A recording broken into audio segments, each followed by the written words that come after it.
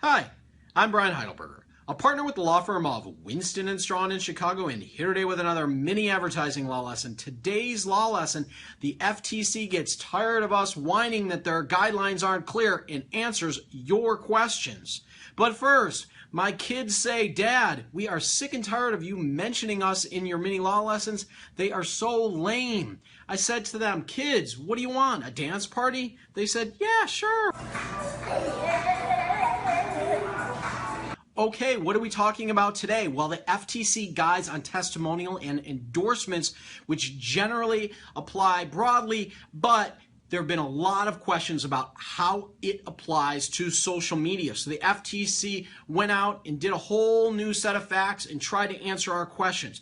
They're long, they're boring, but I've distilled it down to a few slides. So here we go. First, who is the FTC focusing its enforcement on? Advertisers, ad agencies, and PR agencies. So now that I have your attention, let's talk about what is the general rule. Well, FTC says that disclosure of a connection between a company and somebody making a statement on social media is necessary if the audience isn't going to understand the speaker's relationship to the company whose products are being recommended without additional information. So, what words trigger disclosure? Well, the FTC was clear to say it's not just specific words. In fact, the FTC said if you post a picture or a video of you even just using a product, that in itself can convey that you like and endorse the product, and that would require disclosure as well. People often question, isn't it common knowledge that bloggers get free stuff? Why do we need to disclose? The FTC has said it's not common knowledge yet. It is kind of common knowledge in the print media area, but not with online, and that's why disclosure is necessary. What about celebs? People say everyone knows celebs get paid. Why do we have to cause them to disclose? Well, the FTC says unless you are sure that the vast majority of the followers of that celebrity understand that he is getting paid for that post, you really need to require him or her to repost. What about a share? If we compensate somebody to share on Facebook, whether that be by sweepstakes entries or coupons or other things, does that trigger a disclosure? The FTC has said yes. If you're asking for a share as part of a sponsored campaign, you're compensating those people to share, and those people need to disclose that they were compensated.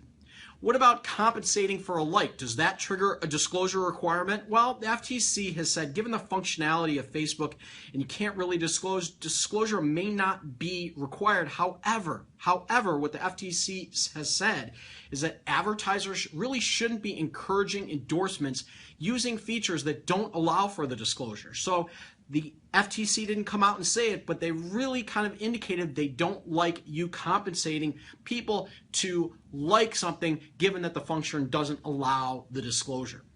Often people say, listen, I'm just talking about my company or my agency's client and I love them. I don't need to disclose that fact. Well, the FTC has clarified, yes, you definitely do. You need to make sure your relationship is disclosed because people will not necessarily understand your relationship. The FTC has also said, of course, make sure that you only give your honest reviews and make sure that your company allows you to talk about it in social media. People often question, we give our reviewers the freedom to say whatever they want, positive or negative. Yeah, we give them compensation, but because they can say anything they want, do we still have to make them disclose? And the answer is yes. And that's because the FTC believes that consumers reviewing those posts, knowing about the compensation, would give effect to the weight and the credibility of that endorsement or negative statement.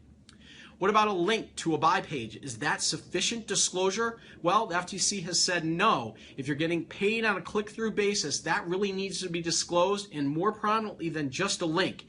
And the disclosure needs to be in close conjunction to the link, not buried at the bottom or in other fine terms.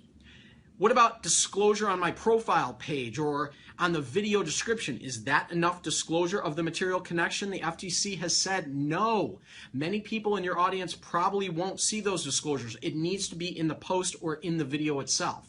What about if I just put it at the end of the video? The FTC has said no, that is not appropriate. Having it at the beginning of the video is much better.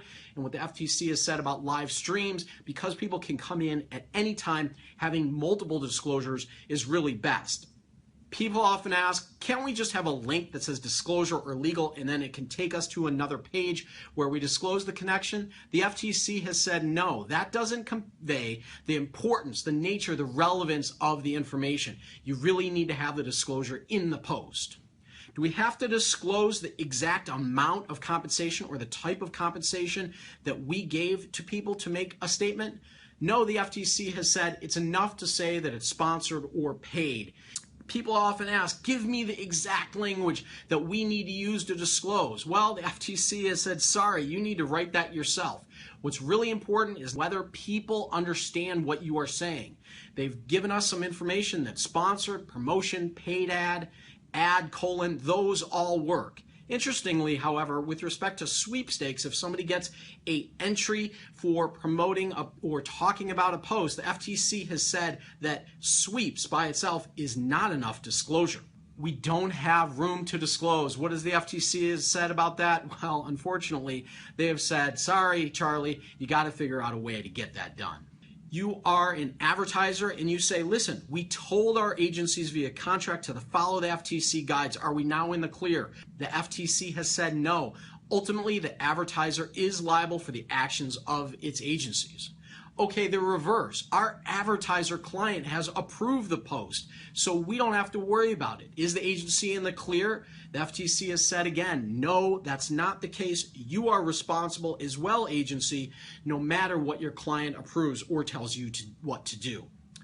We told our blogger to disclose. We had a contract with them that said you need to follow the FTC testimonial and endorsement guidelines.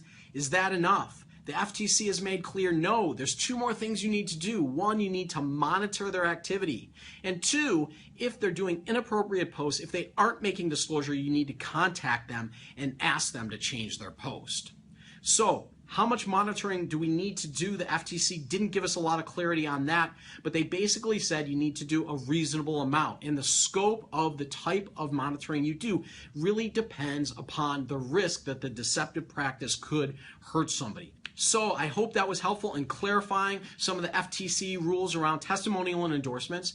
As always, for more mini law lessons, go to youtube.com/Brian Heidelberger or follow me on Twitter @Brian Heidelberger. And until next time, let's be careful out there.